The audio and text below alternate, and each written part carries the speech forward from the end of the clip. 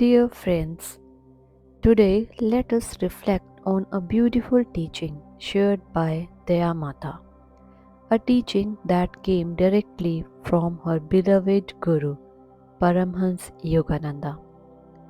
Daya Ma recalled these words: "The secret of a happy life is just this.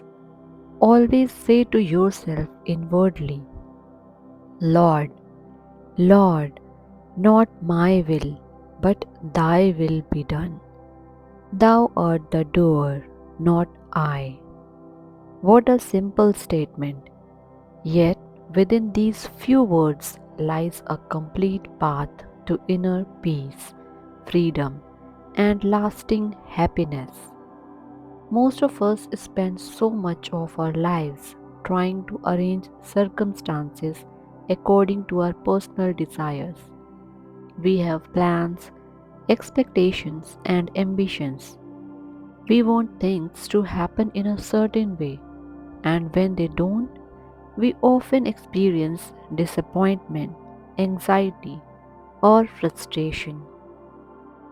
But Guru Paramahansa Yogananda points us toward a different way of living. He tells us to remember inwardly again and again, not my will, but thy will be done. This is not a passive resignation. It is not giving up on life. Rather, it is the joyful recognition that God's wisdom is greater than our own. We see only a small portion of the picture.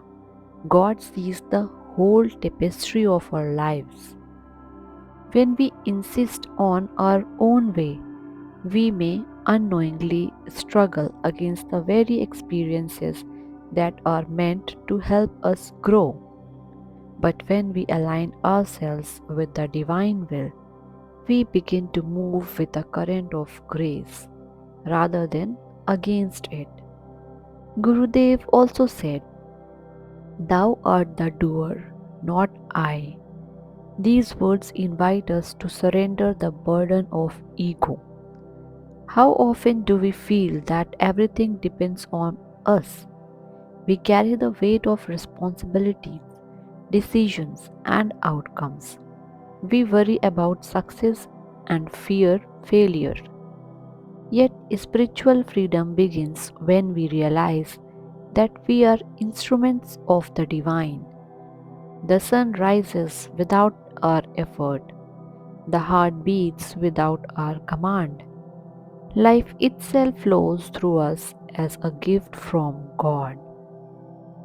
When we remember that God is the true doer, we can perform our duties with sincerity and energy, but without anxiety. We offer our actions to Him and leave the results in His hands. Dayama said that when we strive to live by this thought, we eventually arrive at a state of great inner freedom and non attachment. Non attachment does not mean indifference, it means loving deeply, serving wholeheartedly, and working diligently while remaining inwardly anchored in God. It means that our happiness is no longer dependent upon whether life unfolds according to our personal preferences. Instead, we find joy in knowing that God is guiding every experience. As this attitude deepens, a beautiful transformation takes place within the heart. We begin to harbor only one wish: Lord, I want to do only Thy will. Imagine the peace that comes from such a prayer.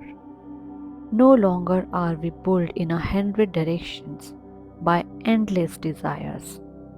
No longer do we constantly compare ourselves with others or chase after worldly recognition. Our focus becomes singular and clear. Lord, let me do what pleases Thee. This simplicity brings tremendous freedom.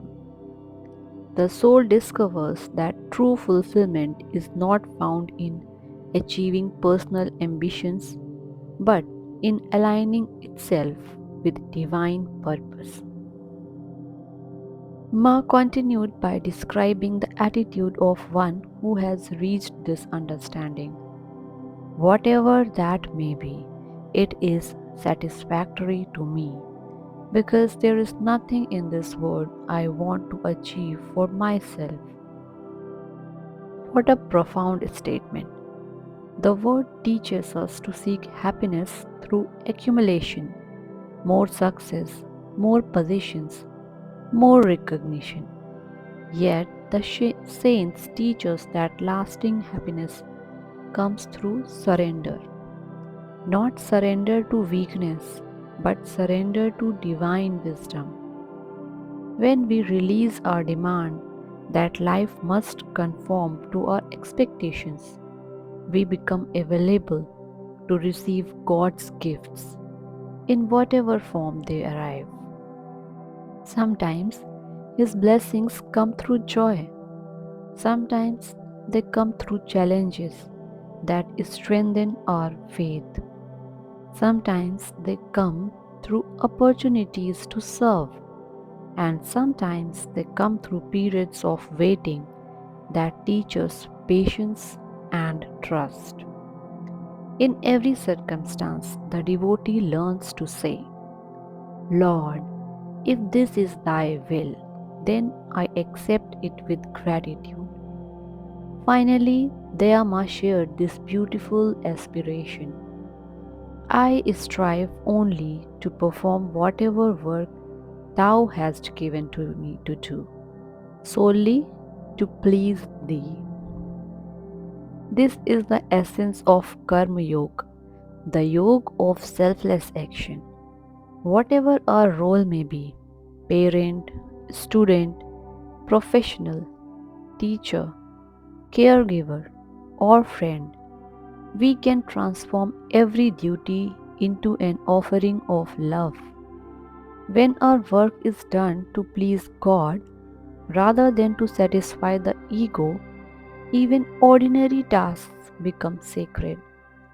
Every action becomes a prayer, every effort becomes an act of devotion, and every day becomes an opportunity to feel God's presence guiding us.